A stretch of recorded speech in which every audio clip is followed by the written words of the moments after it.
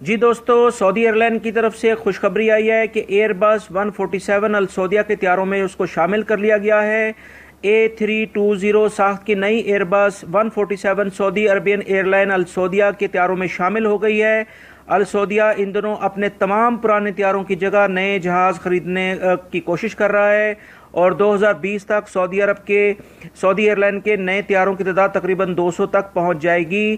نئی ایئر بس 11 اپریل بدھ کی شب کو جدہ کے کنگ عبدالعزیز انٹرنیشنل ایئرپورٹ پہنچا دی گئی ہے۔ اس سے مسافروں کو بہترین سفری سہولیات میسر ہوں گی اور جدید ترین طیاروں میں سفر کرنے کے مزے لے سکیں گے۔ دوستو، سعودی محکمہ تعلیم نے تمام نجی یعنی پرائیویٹ اور انٹرنیشنل اسکولوں کو بلا اجازت فیس بڑھانے سے منع کر دیا ہے۔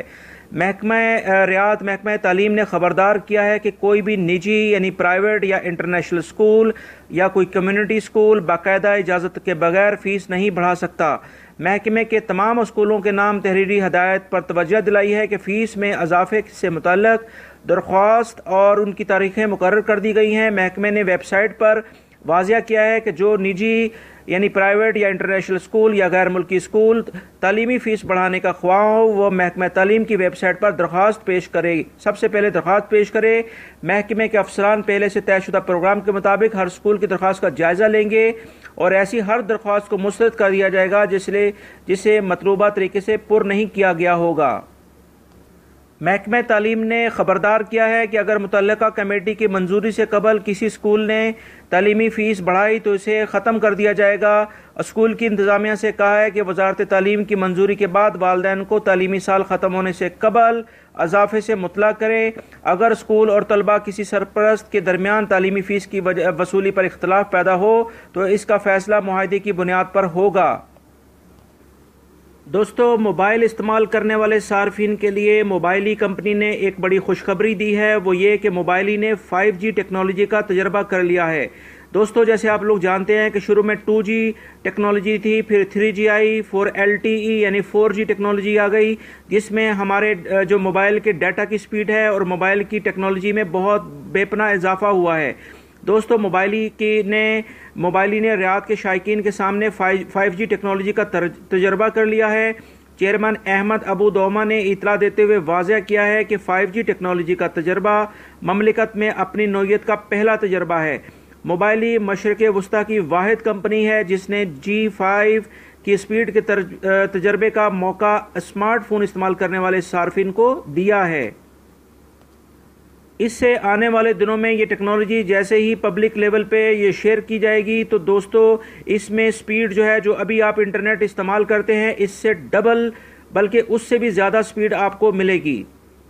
دوستو، بیشا سے خبر آئی ہے کہ اللہ کی خاطر بیٹے کے قاتل کو معاف کر دیا۔ تفصیلات کے مطابق بیشا کے ایک رہائشی سعودی شہری نے اپنے بیٹے کے قاتل کو اللہ کی رضا کے لیے معاف کر دیا۔ معافی کا منظر دیکھنے سے تعلق رکھتا تھا۔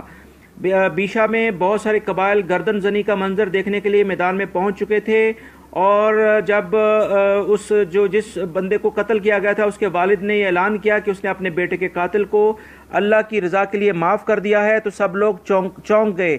ہر طرف سے پذیرائی کے نعرے بلند ہوئے اور ہر ایک نے انہیں بہترین اجر و ثواب کی دعائیں دیں۔